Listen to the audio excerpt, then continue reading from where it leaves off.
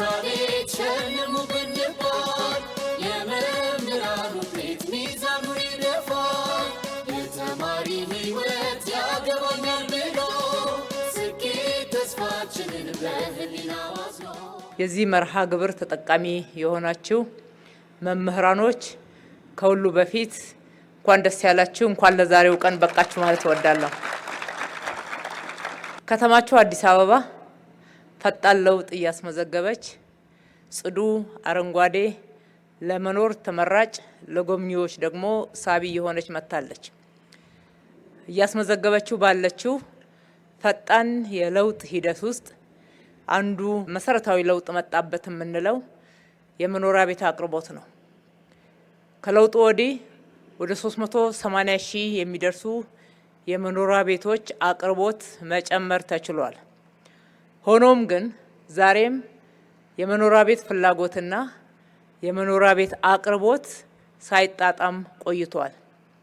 ከዚህ የተነሳ የመኖሪያ ቤት አቅርቦትን በከፍተኛ ሁኔታ ለመጨመር በርካታ አማራጮችን አቅደን በስትራቴጂያችን አጽድቀን የፖሊሲ አማራጮች ጭምር አይተን ጥረት እያደረግን ነው። የመኖሪያ ቤቶችን ለመጨመር የምናደርገው ጥረት በመንግስት ጥረት ብቻ የሚሳካ አይደለም። በርካታ የግሉ ዘርፍ እንዲሁም የቤት ልማቱ ተጠቃሚ ለመሆን የሚፈልጉ ዜጎችን ተሳትፎና ቁርጠኝነትን ይጠይቃል። በዚህ ባቀረብነው አማራጭ መምህራኖቻችን ፋና ወጊ፣ ቁርጠኛ፣ ለሌሎችም ደግሞ ምሳሌ በሚሆን መልኩ በወሰንን አንድ ዓመት እንኳን ሳይሞላ ይሄው የመጀመሪያውን ስራ ለማስጀመር በቅታችኋልና በዚህ ውስጥ የአንበሳውን ድርሻ ምስጋና የምትወስዱት እናንተ ናችሁ። በራሴም በከተማ አስተዳደሩም ስም እጅግ አድርጌ ላመሰግናችሁ እወዳለሁ። ሌላ አማራጭ የተዘጋጀላችሁ ይመስል ወይም ደግሞ ያለናንተ ጥረትና ቁርጠኝነት እንዲሁ በነፃ የሚሳካ ነገር ያለ ይመስል አይችሉም፣ በዚህ መርሃ ግብር አይገቡም፣ አይሳካም የሚሉ በርካታ ድምጾች ስትሰሙ ቆይታችኋል። ለዚህ ጆሮ አልሰጣችሁም። የራሳችሁን ጥረት ጨምራችሁ የቀረበላችሁን አማራጭና እድል ባለማባከናችሁ በጣም ደስ ብሎኛል።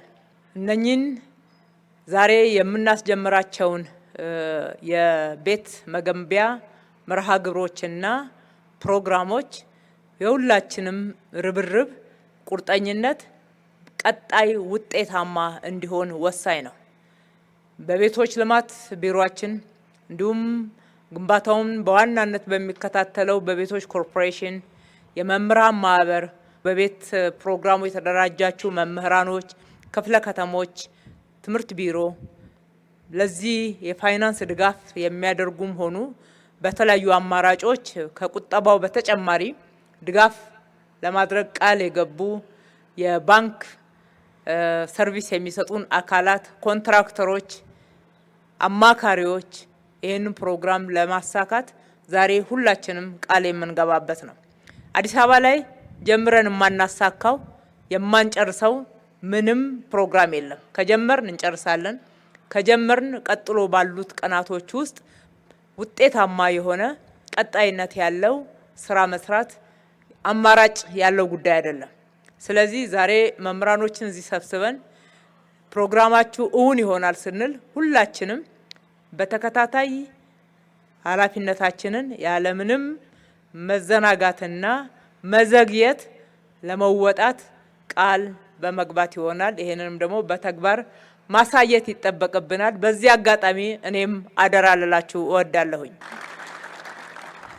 የመምህራኖቹ መሳካት ቀጥሎ ተሰልፈው ያሉ በርካታ የመንግስት ሰራተኞች አሉ። የጤና ባለሙያዎች፣ ሌሎችም የመንግስት ሰራተኞች በዚህ ዘርፍ በመደራጀት ሂደት ላይ ነው ያሉት እና መምህራኖች ፋና ወጊዎች ናቸው።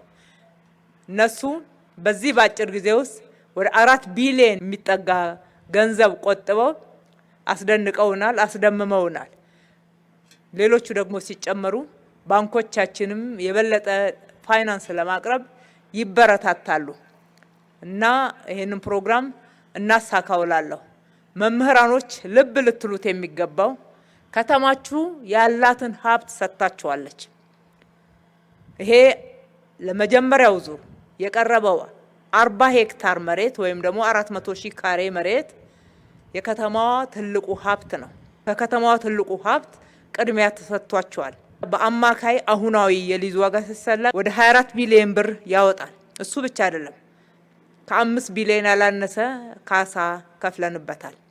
ይሄ አንድ ላይ ሲሰላ ለመምህራኖቻችን የሰጠነው አክብሮት ቅድሚያ ለሙያችሁ ሀገርን ለመገንባት ትውልድን ለመቅረጽ የምትከፍሉት ዋጋ ምን ያህል በመንግስትም ዘንድ በህዝባችሁም ዘንድ ክብር እንዳለው ይህንንም በተግባር እንዳሳየን እንድታዩት።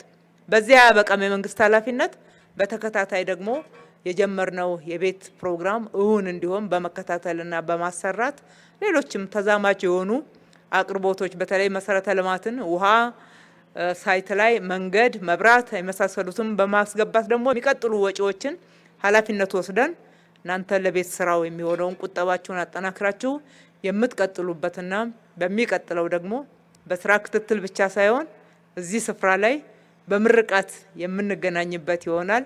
ይሳካላችሁ ላለው ይሳካል። በርቱ። እጅግ አድርጌ አመሰግናለሁ።